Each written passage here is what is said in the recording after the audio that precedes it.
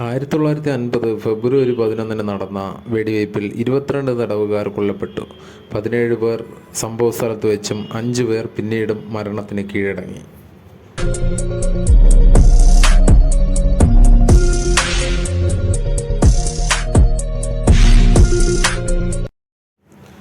Degree level prelims, secretariat assistant, SI തുടങ്ങിയ എക്സാമുകൾക്കുള്ള current അഫയേഴ്സാണ് നമ്മൾ ചർച്ച ചെയ്യുന്നത്. ഏഷ്യയിലെ ഏറ്റവും വലിയ വ്യോമ പ്രദർശനമായ എയ്റോ ഇന്ത്യയുടെ എത്രാമത് എഡിഷനാണ് ഫെബ്രുവരി 10 മുതൽ 14 വരെ ബംഗളൂരുവിലെ യലഹ എയർഫോഴ്സ് സ്റ്റേഷനിൽ നടന്നത്? 15ാമത്. രാജ്യത്തെ ആദ്യ വനിതാ സ്കൂബ ഡൈവിംഗ് ടീം കേരളത്തിൽ പ്രവർത്തനം തുടങ്ങി. ടീമിൻ്റെ പേര് ഗാനറ്റ്സ്.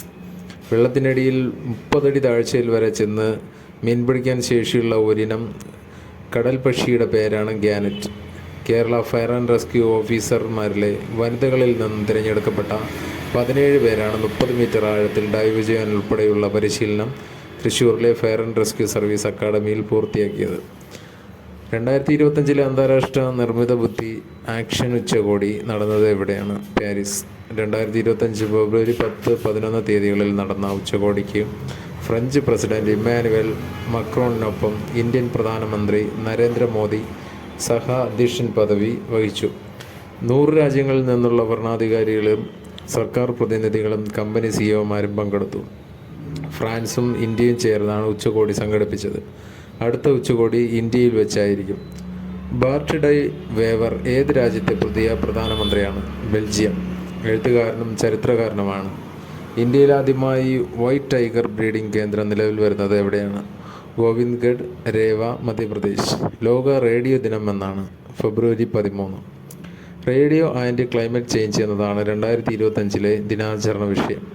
1946 ഫെബ്രുവരി 13 UN റേഡിയോ സംപ്രേഷണം ആരംഭിച്ചതിൻ്റെ സ്മരണാർത്ഥമാണ് ഫെബ്രുവരി 13 റേഡിയോ ദിനമായി തിരഞ്ഞെടുക്കപ്പെട്ടത്.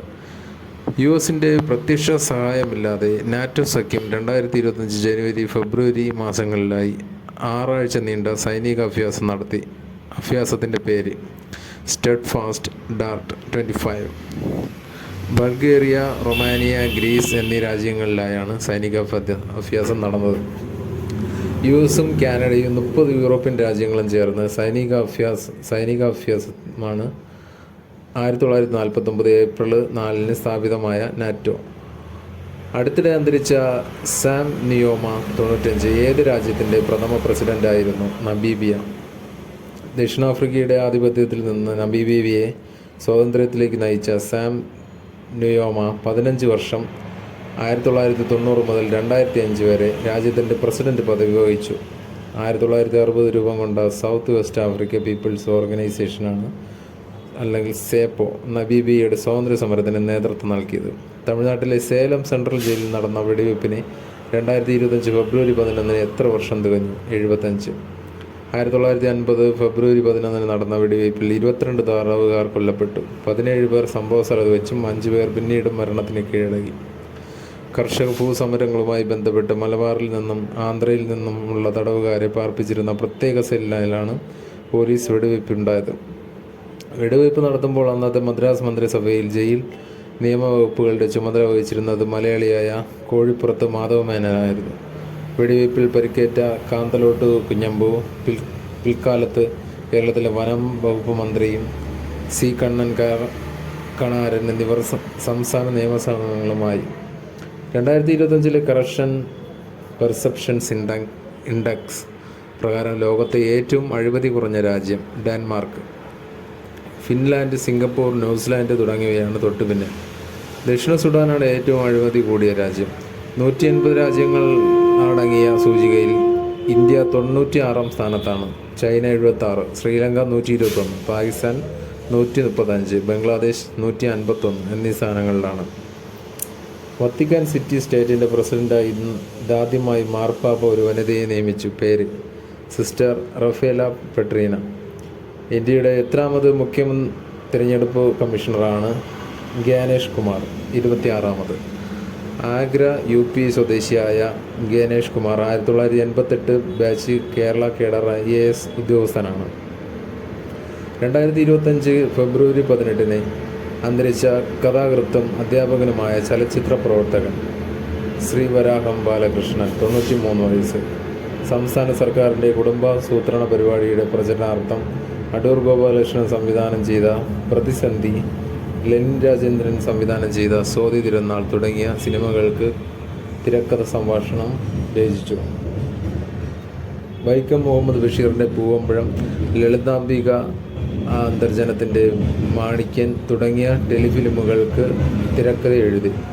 രാജ്യത്തെ 6 ദേശീയ പാർട്ടികൾക്ക് 2023-24 വർഷം ലഭിച്ച വരുമാനത്തിൽ ഏറ്റവും കൂടുതൽ 74.56% നേടിയത് BJP. 4340.47 കോടി രൂപയാണ് ലഭിച്ചത്. രണ്ടാം സ്ഥാനത്തുള്ള കോൺഗ്രസിന് 1225.12 കോടി രൂപ ലഭിച്ചു, 21%.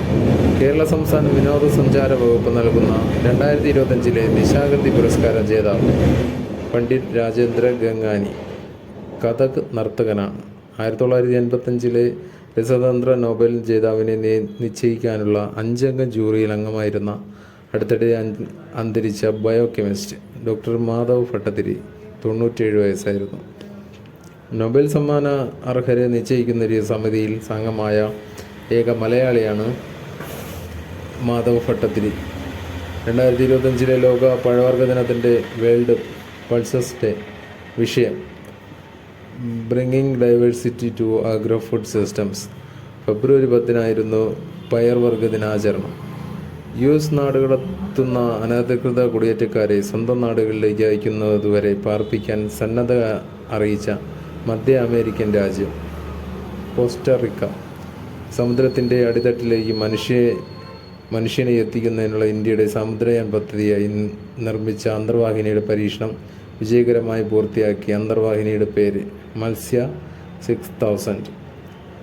3 പേരെ സമുദ്രത്തിൽ 6000 മീറ്റർ താഴെ എത്തിച്ച് പര്യവേഷണം നടത്തുന്ന സമുദ്രയാൻ പദ്ധതി 2026 യാഥാർത്ഥ്യമാകും. ചെന്നൈയിലെ നാഷണൽ ഇൻസ്റ്റിറ്റ്യൂട്ട് ഓഫ് ഓഷ്യൻ ടെക്നോളജിയിലാണ് അന്തർവാഹിനി നിർമ്മിച്ചത്. മികച്ച തദ്ദേശ സ്വയംഭരണ സ്ഥാപനങ്ങൾ. 2023-24 വർഷത്തെ മികച്ച തദ്ദേശ സ്വയംഭരണ സ്ഥാപനങ്ങൾക്കുള്ള സ്വരാജ് ട്രോഫി ലഭിച്ചവ: മികച്ച ജില്ലാ പഞ്ചായത്ത് കൊല്ലം, 2ാം സ്ഥാനം ട്രിവാൻഡ്രം. ബ്ലോക്ക് പഞ്ചായത്ത് മലപ്പുറം ജില്ലയിലെ പെരുമ്പടപ്പ്, ഗ്രാമപഞ്ചായത്ത് കോട്ടയം ജില്ലയിലെ വെളിയന്നൂർ, മുനിസിപ്പൽ കോർപ്പറേഷൻ തിരുവനന്തപുരം, നഗരസഭ തൃശ്ശൂർ ജില്ലയിലെ ഗുരുവായൂർ.